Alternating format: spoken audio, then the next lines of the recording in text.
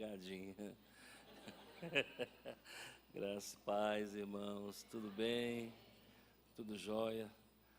É bom, né, irmãos, louvar a Deus, né? Muito bom. Principalmente essas músicas que faz a gente arrepiar, né? Será que é só eu que arrepio com essas músicas? Gosto muito dessas músicas raiz assim mesmo, né? Muito bom. Obrigado, irmã Ludmila. Queridos, vamos para a palavra. Mateus, Salmos 73, tá? Salmo de número 73.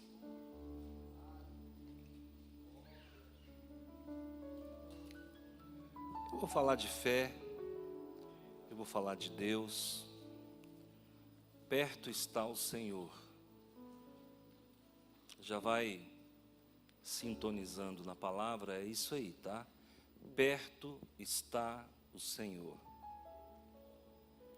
A palavra do Senhor diz assim, Salmo 73, versículo 28.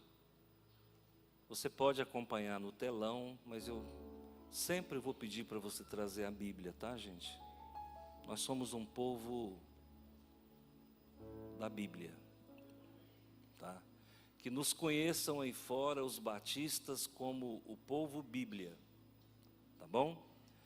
Olha o que diz a palavra do Senhor. Mas para mim, bom é aproximar-me de Deus, pus a minha confiança no Senhor Deus, para anunciar todas as tuas obras. Mas para mim, bom é aproximar-me de Deus, pus a minha confiança no Senhor Deus, para anunciar todas as tuas obras. Numa versão mais moderna, mas quanto a mim, como é bom estar perto de Deus. Faço do Senhor Deus o meu refúgio e anuncio tudo o que Ele tem feito. Olha que coisa linda. Deixa a Bíblia aberta, vamos orar. Senhor meu Deus e meu Pai, não há nada mais maravilhoso do que estar na Tua presença. Nada se compara. Não tem prazer nesse mundo igual a estar na Tua presença. E quem é do Senhor valoriza isso. Quem é do Senhor sabe o quão é terrível perder a Tua presença. Por isso abençoa muito cada um de nós. Nós somos o povo que aguarda o noivo. Nós somos a virgem que aguarda o noivo. E o noivo já está vindo com os seus anjos. O noivo já está a caminho para buscar a noiva. Obrigado, meu Pai. Obrigado, meu Deus, por esta noite, por esta semana, em nome de Jesus. Amém. Acho que a pior coisa que existe na vida, eu penso, é nós perdermos a presença de Deus. Quando o rei Davi cometeu aquele pecado horrível, a gente fala que não tem pecadinho e pecadão. Normalmente, nós herdamos isso dos calvinistas, né?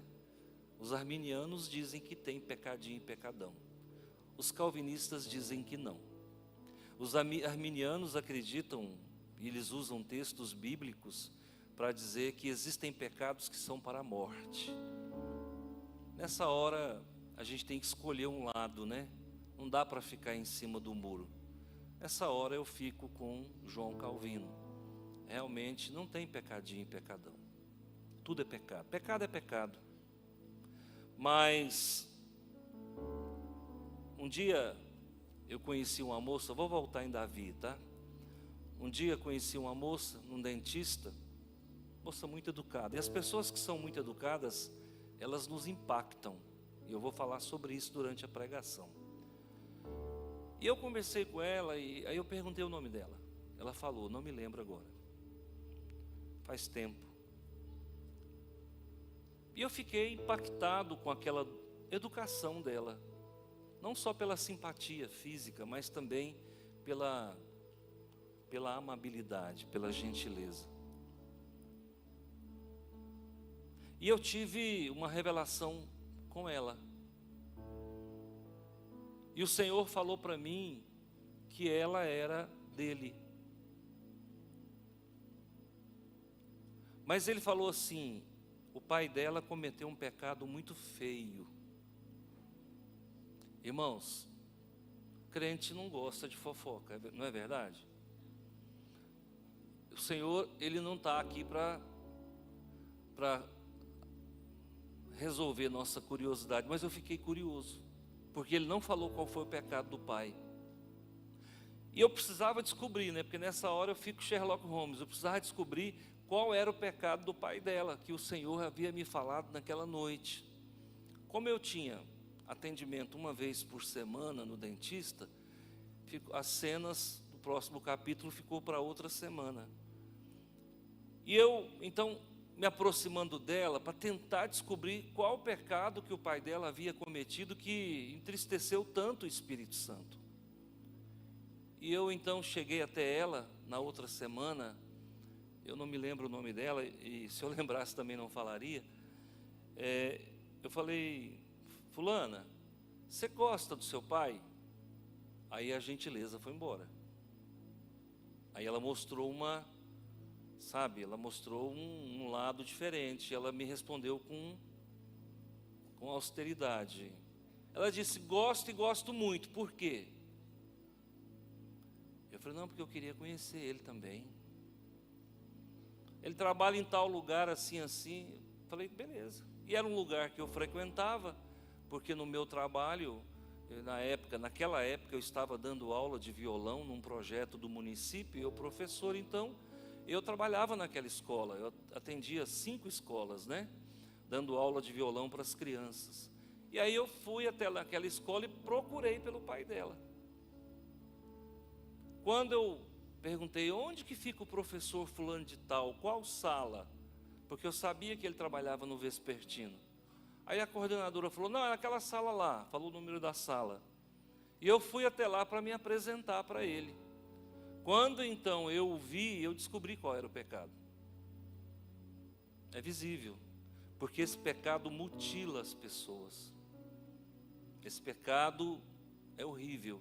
E aí eu pude perceber que pode até não haver pecadinho e pecadão, mas tem pecados que são horríveis na presença do Senhor. E foi isso que ele me falou na noite da semana anterior, umas 2 semanas antes. Ele falou: o pai dela cometeu um pecado muito feio. O pai dela comete um pecado muito feio. Então, gente, Deus não acha nossos pecados bonitos, para começo de conversa. Só que tem uns que são mais feios do que os outros. E eu comecei a conversar com ele e eu vi nitidamente a descaracterização da masculinidade. Eu vi nitidamente aquela mutilação de comportamento, de trejeito, de falar. E eu fui conhecer a história dessa pessoa, que era uma pessoa casada, dentro dos padrões da normalidade, e de repente essa pessoa assumiu uma postura totalmente extravagante, decepcionante, inclusive para Deus. Quando Davi, então voltando no texto, na história, Davi cometeu um pecado, e vocês sabem qual foi o pecado de Davi. Davi não podia ver mulher, e o filho dele era pior do que ele, Salomão. E o Davi então se apaixona por uma mulher casada. Está aí um pecado feio, se apaixonar por alguém que é de outra pessoa. Com certeza Deus diria: é um pecado muito feio. E ele não só se apaixonou por essa mulher, é claro que tem toda uma trama, tem toda um estratagema que essa mulher montou, e ele caiu na rede dela. E aí ele cometeu o pecado, achando que estava pouco, porque um abismo chama o outro. Então ele comete um outro pecado, que é matar o seu marido. Aí, como um abismo chama o outro, ele comete um outro pecado de ocultar o pecado. Então são pelo menos 3 pecados: o pecado do adultério, o pecado do crime passional e o pecado da ocultação do crime. Ele colocou nas costas do general a responsabilidade de fazer com que o soldado Urias fosse assassinado. Então, quando ele foi desmascarado pelo profeta Natã, e todo mundo sabe a história, Natã chega para ele e põe o dedo na cara do rei. Naquela época não era bom fazer isso não, viu? Você podia sair dali morto. Mas profeta não tem medo, irmãos. Profeta fala a verdade, doa quem doer. Por isso que essa igreja é abençoada e Deus nos abençoa. Porque esse altar aqui é o altar da verdade. Nós nunca vamos arregar para o pecado. Nós nunca vamos arregar para aquilo que é feio. Existem pecados que são muito feios diante do Senhor. O profeta Natã chega lá, põe o dedo na cara do Davi e disse: tu és o homem. Davi disse: pequei contra Deus. Bonita atitude de Davi. Porque normalmente a gente culpa, né, outras pessoas. Quando Adão cometeu o pecado, a primeira coisa que ele fez foi culpar a Eva. E quando a Eva foi arguída, a primeira coisa que ela fez foi culpar o diabo. Davi nem culpou a mulher e nem culpou o diabo, ele disse: pequei contra Deus. Vamos aprender isso, gente, assumir os nossos erros. Para um pecado feio, uma atitude bonita, a atitude de assumir os nossos erros. Mas depois, num salmo onde Davi faz referência ao seu pecado, eu não sei se é o Salmo 51, ele fala assim: Senhor, não aparta de mim a tua presença. Então, pior do que o pecado, gente, é a ausência de Deus. Quando Adão peca, ele é excluído da presença de Deus. E toda vez que nós pecarmos, nós seremos enxotados da presença de Deus. A primeira coisa que Adão sentiu quando ele cometeu o pecado, vocês se lembram? Medo. Quando é que a gente sente medo? Quando nós nos sentimos desamparados. Por que que a gente se sente desamparado? Porque a presença de Deus recuou. Queridos, todas as vezes que nós errarmos, Deus vai dar um passo para trás. Pastor, tem como viver sem errar? O próprio Jesus diz que não. Mas tem como vigiar para pecar menos. E essa é a expertise da nossa igreja. Nós pregamos vida de contrição. Para quem não sabe, contrição é arrependimento, é coração quebrantado. Gente, a melhor coisa do mundo é um homem de coração quebrantado. Davi, ele tinha todos os defeitos relacionados a sexo em relação à mulher, tá? Deixar bem claro. Ele era heterossexual, bem resolvido. Ele tinha todos os defeitos como pai, porque ele não foi um bom pai. Ele era polígamo, ele tinha 8 mulheres. Mas uma coisa que não faltava na vida de Davi era coração quebrantado. E durante muito tempo eu tateei em dúvida em relação às atitudes de Deus, porque é difícil entender Deus. E eu ficava: por que Deus rejeita Saul, que aparentemente cometeu um pecadinho, né? A gente quer minimizar às vezes. E por que Deus rejeita Saul, que só porque desobedeceu e ofereceu um sacrifício quando não poderia ter oferecido? E ele não rejeita Davi, que comete pelo menos 3 pecados de uma vez só, sem falar os outros: omissão paterna, sabe, poligamia, assassinatos múltiplos, porque talvez você não sabe, Davi matava para ver cair. Tinha tudo isso. Mas uma coisa que Davi tinha, que Saul não tinha, que Judas não tinha, era um coração quebrantado. Quando ele sentia que era Deus que estava falando, ele assumia 100% da culpa. E nós vemos hoje o que, irmãos? Pessoas que não assumem a sua culpa. E a palavra de Deus diz em Coríntios 11, a partir do versículo 27, 28, 29, se vós julgasseis a vós mesmos, vós não precisariam ser julgados. Mas o grande problema é que nós não julgamos a nós mesmos, nós julgamos o outro. Nós somos implacáveis com a falha do outro, mas nós somos bem complacentes com as nossas próprias falhas.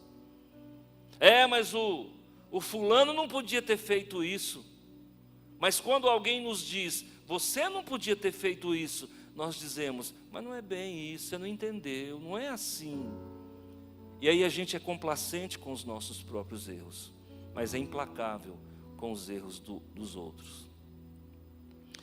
Então, esse salmo, ele foi escrito por Asaf. Quero deixar bem aqui para vocês. Asaf era um dos descendentes de Coré, mas era um músico, era alguém com dons especiais e também escritor. E esse salmo fala da indignação de Asaf por conta da prosperidade do ímpio. Eu durante muito tempo, gente, eu sofri com isso. Quando eu via pessoas que faziam coisas erradas, passar com um carrão na minha frente, eu andando de mobilete, de bicicleta Monarch. Quantas vezes, irmãos, eu ficava indignado, eu com o meu fusquinha cor de ferrugem, eu tive 2 carros cor de ferrugem, pobreza era tanto que eu já comprava o carro enferrujado. E aí eu falava, gente, mas poxa vida, o tanto que eu trabalho, eu acordava cedo, sempre acordei cedo, consertando rádio e televisão. Eu consertei rádio e televisão muito tempo. Eu tenho um curso de eletrônica, eu sei. Hoje não, né? Porque hoje não se conserta mais. Hoje ou troca a placa ou joga a mercadoria fora. Hoje não compensa mais consertar. Mas eu era do tempo que eu detectava o defeito, eu ia lá, tirava o resistor que estava com defeito, o capacitor, o diodo, a válvula, o transistor, o circuito integrado. Eu fazia a correção. Então, durante muito tempo, trabalhei muito. Quantas vezes chegava em casa 10 horas da noite? Quantas vezes saía sábado, eu não conseguia terminar o expediente, eu saía da oficina 3, 4 horas da tarde. Quando eu ia descer na esquina, quem que estava me esperando? Quem? A vida. Me aguardando escondida atrás de um poste, me vigiando, cadê ela? Verdade ou mentira? Lá perto da Soagro. Quando eu passava, que eu olhava aquele fantasma atrás do poste, eu falava, o que é isso, mulher? Você me mata. Olha o que você está fazendo. Não era desse jeito. Olha o que você está fazendo, amor. Já é 4 horas da tarde, eu fiz um almoço tão gostosinho para você. Assim, sempre bem calminha. E eu ficava bravo porque eu estava trabalhando. Então eu trabalhava muito e não prosperava. E eu olhava para pessoas que estavam ali fazendo coisa errada e sempre prosperando. É a mesma história de Asaf. Asaf está indignado no Salmo 73, se você ler todo o Salmo. Por quê? Porque o mal prospera. E parece que o Filho de Deus não prospera. E é por isso que no Salmo 37 diz o quê? 34 diz o quê? Muitas são as aflições do justo. E quando eu li isso pela primeira vez, eu falei, poxa vida, mas muitas são as aflições do justo? Onde é que está a justiça de Deus nisso? Deveria ser, muitas são as aflições dos ímpios. Mas a Bíblia fala que muitas são as aflições do justo. Mas eu esquecia de ler o versículo seguinte, que diz, mas o Senhor de todas o livra. Sabe por que a gente sofre tanto na vida? É porque a gente precisa conhecer o sabor da vitória. Sabe por que nós passamos tanta dificuldade? Quem é do meu tempo, talvez igual eu, engraxou sapato, vendeu chuchu na rua, vendeu mamão, lavou carro para ganhar dinheiro. Eu me lembro que uma vez eu inventei de lavar carro. E naquela época estava no sucesso um tal de Corcel. Lembra da música do poeta? Corcel 73, lembra?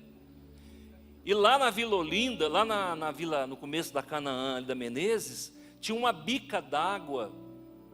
E lá a gente lavava carro para ganhar dinheiro. Eu não vou falar o nome da pessoa, que ele pode me processar depois de 50 anos. Eu fui lavar o carro de um cidadão muito conhecido aqui de Rio Verde, mas muito conhecido e muito rico. E aí, eu me lembro como se fosse hoje, era um Corcel cor de vinho. Ele falou, acabei de tirar da loja, mas eu passei numa lama ali, eu quero que lava. Eu falei, pode deixar comigo, seu fulano. E naquela época a gente não tinha balde de plástico, esse polietileno não existia. Os baldes eram latas de 1/4, né, de 18 litros, que a gente arrancava a tampa e fazia balde. Muitas vezes colocava um pau ali para poder apoiar. Eu falei, pode deixar comigo que eu vou lavar o seu carro. Meu irmão, na primeira baldada que eu peguei aqui, que eu fui jogar, a lata saiu riscando, fez um risco de quase 1 metro, que eu olhei, irmão, o carro era vinho, mas no lugar do risco ficou branquinho. Que eu passei o dedo, tinha uma vala. Falei, e agora, meu Deus? Aí passa um pouco, lá vem um homem, fui entregar o carro, fiquei na frente do risco. Falei, o carro ficou bom, o senhor pode olhar em volta aí, está arrumadinho, está limpinho, cheiroso, o senhor pode ir. Mas não podia sair do lugar que eu estava, que o risco era desse tamanho. Tentando ganhar dinheiro, tentando trabalhar. E tem uma música aí de um cidadão do Ceará que fala que quem trabalha não tem tempo para ganhar dinheiro. E é a grande verdade. Asaf está indignado com isso porque ele não vê os bons prosperarem. Mas no final, ele começa a entender que o mundo em que nós vivemos, o planeta Terra, é um campo de provas. Isso aqui é um laboratório, onde os reagentes somos nós. Somos nós que vamos reagir contra as adversidades. E isso tem nos ensinado, hoje, com 62 anos, gente, como eu já aprendi. Uma das coisas que eu aprendi muito é ficar calado. Irmãos, como eu tenho aprendido. O mundo está pegando fogo, o trem está de mal a pior, o que eu faço? Zíper na boca. Deus tem me ensinado, de verdade. Pastor, você é bom nisso? Não sou bom em nada, bom é Deus. Eu tenho aprendido a ficar calado. Só que é assim, irmão, se eu ficar nervoso também, aí não fico calado não. Aí eu fico bravo. Por isso que a gente fala aqui, Deus me livre do boi manso, porque do boi bravo eu me viro. Pessoa calada às vezes é pior do que aquele que fala muito. Porque quando abre a boca, abre com força. Agora, Asaf, diante de todo esse cenário, ele chega à seguinte conclusão: olha, nesse mundo o ímpio vai prosperar, lamentavelmente. Nesse mundo o desonesto vai romper. E muitas vezes nós que lutamos tanto e trabalhamos tanto, vamos ficar para trás. Mas quando chega no versículo 28, está a cereja do bolo. Aqui está a cereja do bolo. Agora faz sentido, quer ver? Olha lá, ó. Mas para mim, não importa o que eu acabei de falar.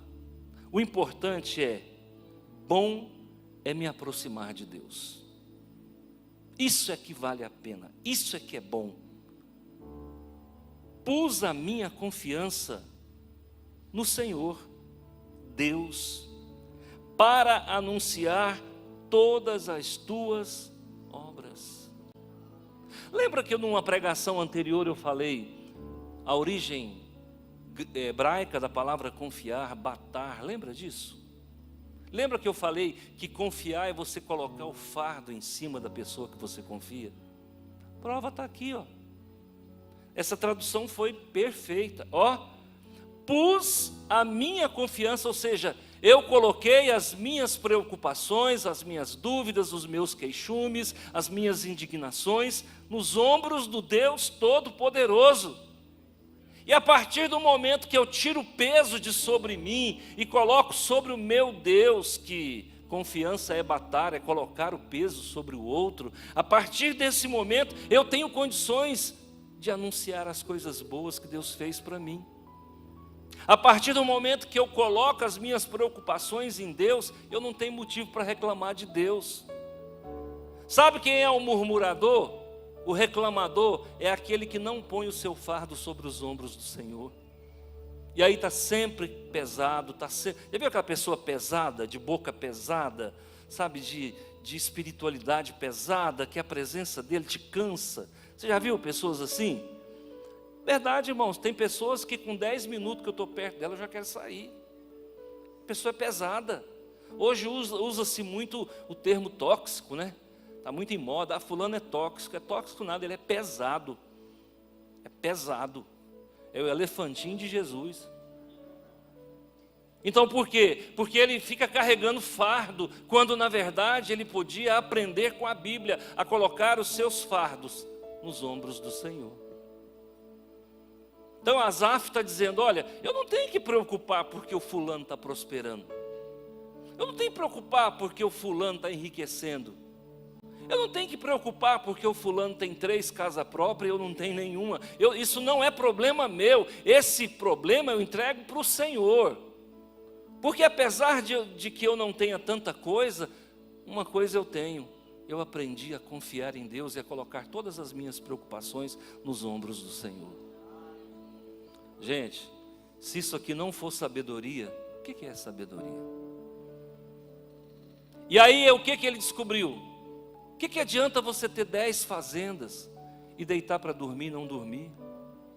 O que adianta você ter 10 casas, 5 carros e você deitar para dormir e não dormir? Por quê? Porque você está o tempo todo tenso, preocupado. Sabe qual é o grande problema das insônias? Por que as pessoas têm insônias? Porque elas não conseguem desligar o cérebro. Fica pensando, maquinando, planejando. Não põe a sua confiança em Deus. Fica achando que é Ele ou ela que vai resolver problema. Nós não damos conta de resolver nada. E a Bíblia nos ensina, aos seus amados Ele dá enquanto dorme. Durma que Deus vai trabalhar para você. É isso aí, irmãos. Durma que Ele vai trabalhar para você.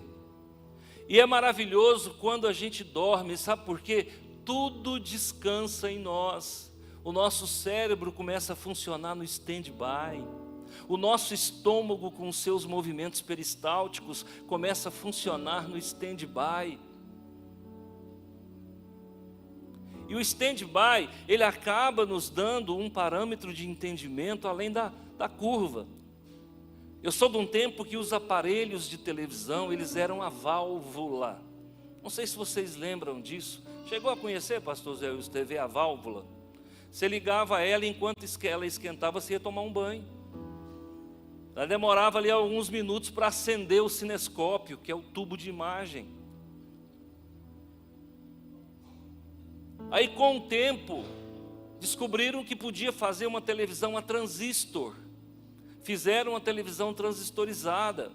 Aí ela já não demorava aquele tempo para acender o cinescópio, mas ainda demorava alguns segundos. Passado um tempo, a marca de televisão chamada Sharp, não sei se vocês conheceram, a Sharp inovou um método onde ele deixava a televisão no stand-by. Na verdade, a televisão ficava ligada num estado de letargia. A corrente elétrica passava por dentro dela, mesmo desligada.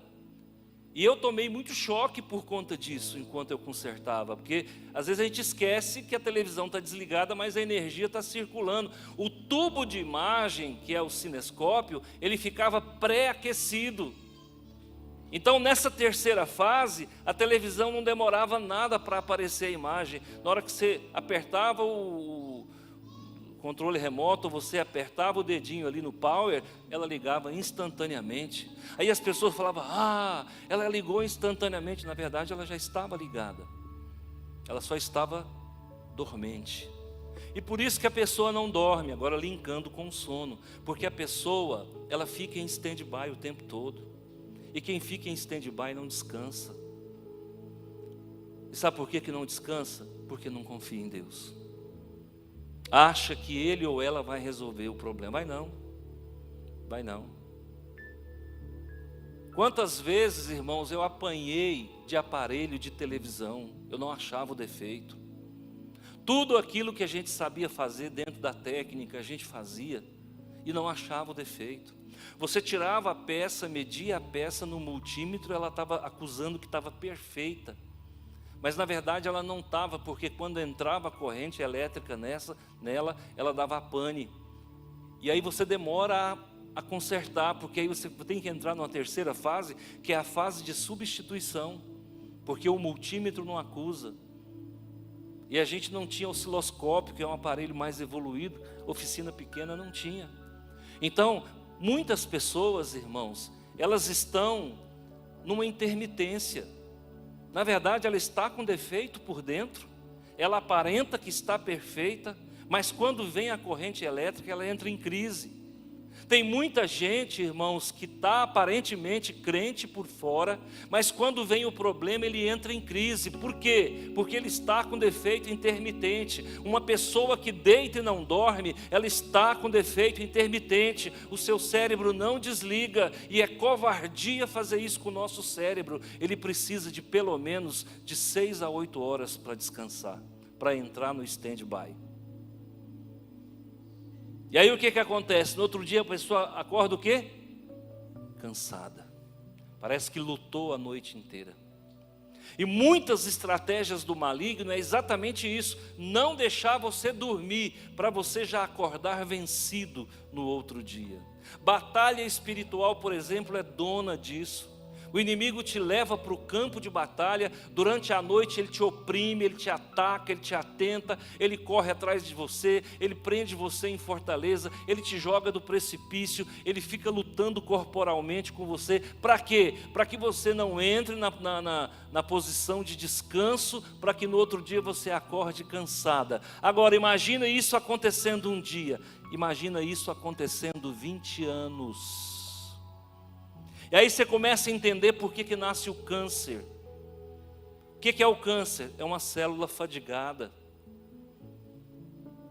Muitas doenças que são incuráveis, na verdade, elas nascem dentro do psicossomático. Imagina um cérebro o tempo todo ligado, quando ele deveria desligar. É muito simples.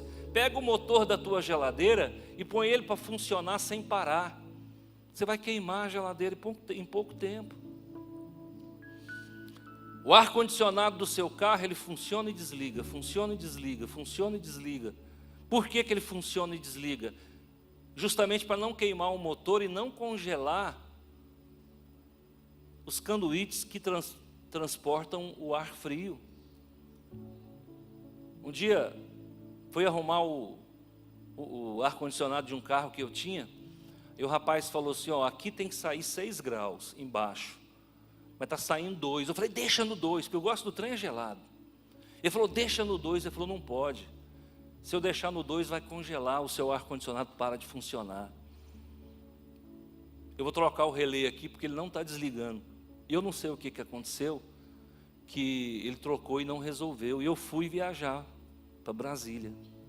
Irmãos, a cada 50 quilômetros eu tinha que desligar o ar, porque congelava as conexões.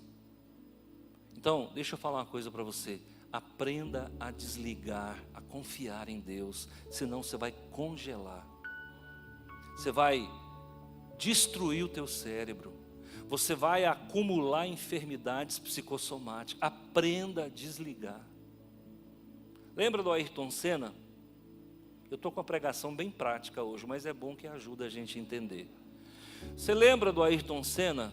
Quem era fã de Fórmula 1 igual eu sabe do que eu estou falando. Os carros davam aquela volta de aquecimento, eles paravam na posição onde ia dar a partida, e naqueles 5 minutos, 10 minutos, o Ayrton Senna dormia. E o Galvão Bueno falava, não é possível que ele está dormindo. Ele tombava o pescocinho, irmão, e babava. Por que ele era um campeão? Porque ele sabia a hora de descansar e ele sabia a hora de agir. Quando ele entrava em cena, não tinha para ninguém. Por isso que o nome dele é Senna. Nós, irmãos, muitas vezes não sabemos a hora de agir e a hora de descansar. Na hora de descansar a gente quer agir, na hora de agir a gente quer descansar. E aí vem um monte de complicações. Tudo bem? Agora, para fechar, perto está o Senhor, eu desejo que Ele esteja perto de mim. Aqui na tradução NTLH diz assim, ó, mas quanto a mim, como é bom estar perto de Deus. A pergunta que eu faço para você, você está perto de Deus? E Deus está perto de você? Vamos lá para o Salmo 145, versículo 18. A mesa vai me ajudar. Salmo 145, versículo 18. Pastor, o que eu faço para Deus ficar perto de mim? Olha a chave. Eu vou te dar a chave para Deus ficar perto de você. Perto está o Senhor de todos os que o invocam. Mas o povo não invoca Deus, invoca Nossa Senhora. E ontem eu quase falei Nossa Senhora. Eu estava lá no monte e levei um tombo.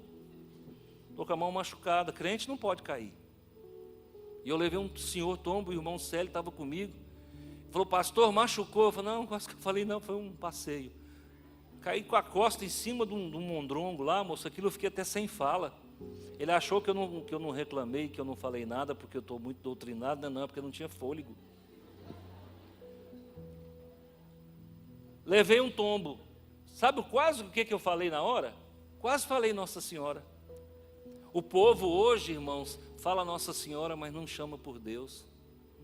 Sabe quem é que chama por Deus? Quem é cristão verdadeiro. Chama por Nossa Senhora, não. Não chama por São Benedito, não. Chama por Jesus, chama pelo Pai.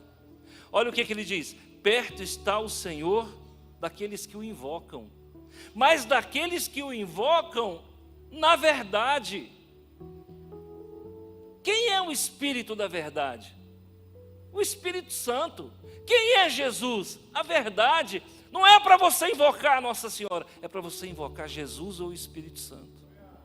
Está aí, ó. Tem gente que nem invoca Nossa Senhora e nem Jesus, nem o Espírito Santo, xinga.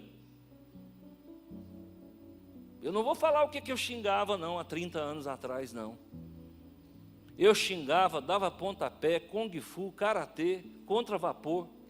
Eu era terrível, irmão. Eu tinha um Fusca uma vez, eu fui ligar de manhã, ele não pegou. Naquela época, né, como diz o irmão Alcione, a pobreza gritava. Eu já medi o meio da porta, né, que eu falei, se eu der na quina eu quebro o pé. Medi o meio da porta ali, moço, mas desci o chute que a porta fez uma bola para dentro. O que adianta isso? Deus está perto de um homem desse? Deus está longe de um troglodita, de um idiota. Para quem não sabe, idiota é quem tem QI abaixo de 70, viu? Quando a gente age dessa forma, o nosso QI está 25.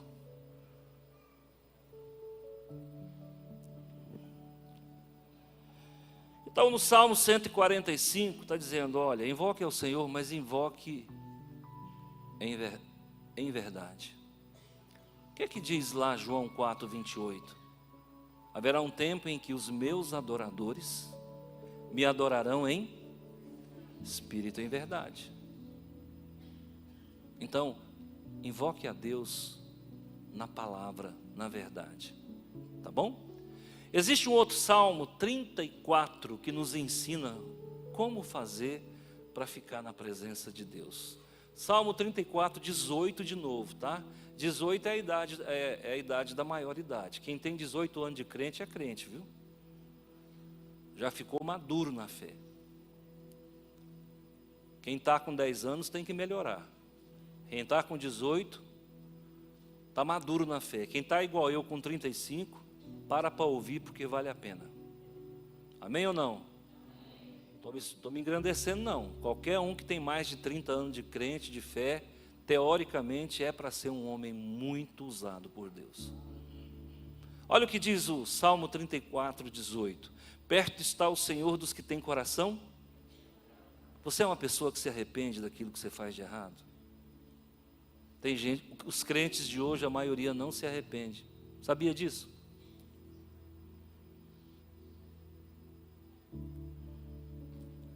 Um dia chamei um irmão e falei: irmão, recebi uma denúncia aqui que o seu namoro é meio apimentado. Ele falou: pastor, põe pimenta nisso. É um namoro bem baiano, bem apimentado. Eu falei: irmão, mas conta para mim como é que é a pimenta desse namoro. E ele abriu a caixa preta, irmão. Ali tinha pimenta bode, malagueta, cumari, todo tipo de ardor. Eu falei: meu irmão, eu nem vou te disciplinar, porque a última disciplina que eu te dei foi de 1 ano. Se eu te der uma disciplina agora, é até Jesus voltar, irmão. Eu nem vou te disciplinar, eu quero conversar com você e com a sua namorada. Aí vieram os dois. Eu falei: irmã, como é que é o seu namoro com o fulano? Pastor, nós não pega nem na mão. Falei: irmã, mas não pega, mas que namoro é esse, irmã? É namoro por telepatia? É namoro astral? Como é que é? Não, pastor, nós somos tão assim reservados que a gente não pega nem na mão. Me deu vontade de tirar as pimentas da caixa preta e falar assim: pois é, mas eu estou sabendo de tudo. Sabe qual que é o problema do crente de hoje, irmão? Ele não se arrepende das coisas erradas, vergonhosas que ele faz. Eu fiz muita coisa errada quando não era crente. E errei também já depois de crente. Se você perguntar assim: pastor, qual o seu maior desejo antes de morrer? Eu queria encontrar pelo menos 3 pessoas lá do tempo que eu não era crente.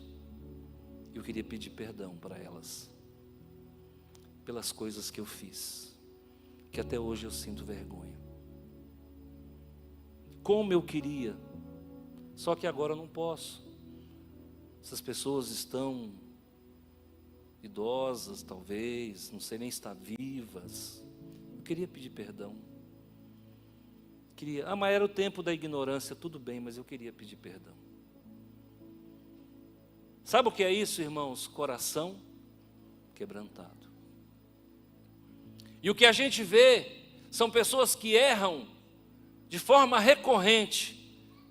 É um pecador obstinado, compulsivo, e ele não se arrepende dos erros que ele comete, e age achando que está na crista da onda.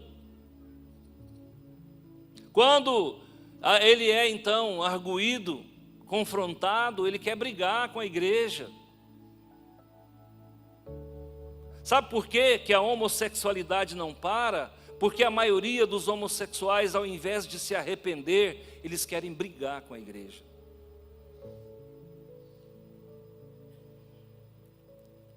E nós não vamos passar pano para pecado não, irmão.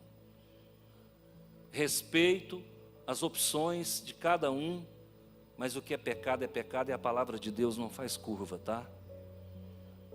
Não é porque não é politicamente correto que eu vou ficar calado. Eu tenho certeza que essa mordaça não chega na igreja antes do Senhor me chamar, porque está caminhando para isso. Nós estamos num momento de exceção, um regime de exceção.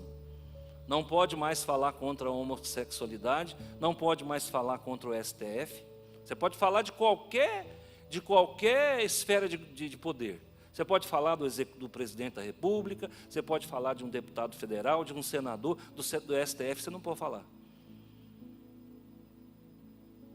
E o grande problema do magistrado é justamente isso.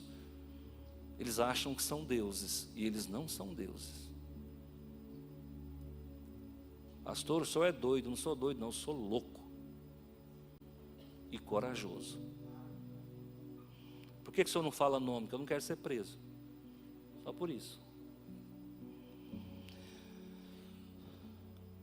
Filipenses 4:5. Outra chave para Deus ficar perto de você. Outra chave para Deus ficar perto de você. Seja a vossa equidade notória a todos os homens, perto está o Senhor. É aqui essa tradução. Que tradução é essa? Almeida Revista e Corrigida? Essa tradução está usando equidade. Sabe o que é equidade, gente? Justiça.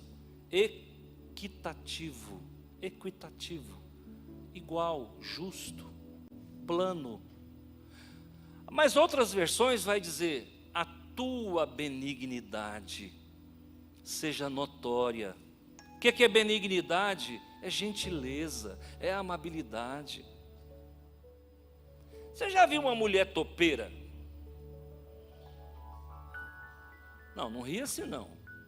Você já viu uma mulher que não é gentil? É ruim ou não é? E quando você encontra uma mulher extremamente gentil, não dá vontade de levar para casa? Com todo respeito, não. Levar para casa sim, para tomar um café, conversar com a esposa da gente. Não é, vem? Não dá vontade? Não, meu bem, então, dá vontade. Não, está me entendendo, e o Espírito aqui é claro. Gente, uma mulher educada, eu estou falando mulher, mas pode ser homem também. Falo mulher porque eu sou homem, né? Eu não vou ficar falando de homem educado aqui. Mas quando você encontra uma pessoa educada, gente, que coisa linda, coisa maravilhosa, gentil. Você fala: oi, trenzinho de Jesus, bonitinho. Mas infelizmente tem pessoas, homens ou mulheres, que não são gentis, gente. São grossos, sabe? São ásperos, não é polido. Ah, pastor, mas isso é coisa de homens. Olha aí, ó. Você quer ter Deus do seu lado o tempo todo? Seja educado, gentil, amável. Nós temos uma pessoa que acho que ele não é crente. Não vou dar o nome, né? Ele trabalha com terraplanagem. Ele é um homem mais alto que eu. E a gente de vez em quando fecha negócio com ele lá. Tem um homem mais educado do que aquele, irmão? É gostoso ou não é gostoso estar na presença dele? Pensa num cara educado. Poxa vida, é um exemplo para todos nós. Eu lembro uma vez um carpinteiro que nós tivemos que fazer um serviço de carpintaria lá na outra igreja, quando era na outra rua. O cara bem mais alto do que eu, fortão, a mão dele, irmão, que eu ia pegar na mão dele assim, eu ficava até humilhado. A mão dele sozinha abarca a minha cabeça. E o pastor Rodrigo foi comigo naquele dia conversar com ele. Quando ele saiu, o pastor Rodrigo falou: pastor Antônio do céu, que homem educado é esse? Não é de voz fina não, é educado mesmo. Falei: rapaz, gente, a gente pensa que é só a gente que gosta. A Bíblia está falando que Deus também gosta de pessoas gentis. Pastor, eu quero atrair a presença de Deus para a minha vida. Primeiro, invoca Ele na verdade. Senhor, eu quero atrair a presença de Deus para a minha vida. Segundo, o que é? Põe o Salmo 34:18, que eu também esqueci, por favor. Qual é o segundo? Olha lá, ó. Perto está o Senhor de quem tem coração quebrantado. Seja uma pessoa quebrantada. Arrependa-se dos seus erros. Tem gente que não pede perdão.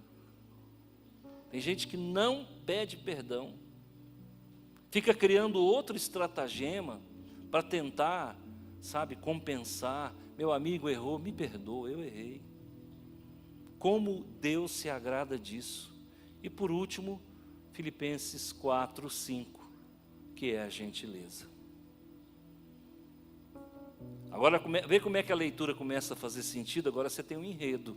Agora você tem uma narrativa para a semana inteira. Olha o que diz aqui, ó. Mas para mim, bom é aproximar-me de Deus.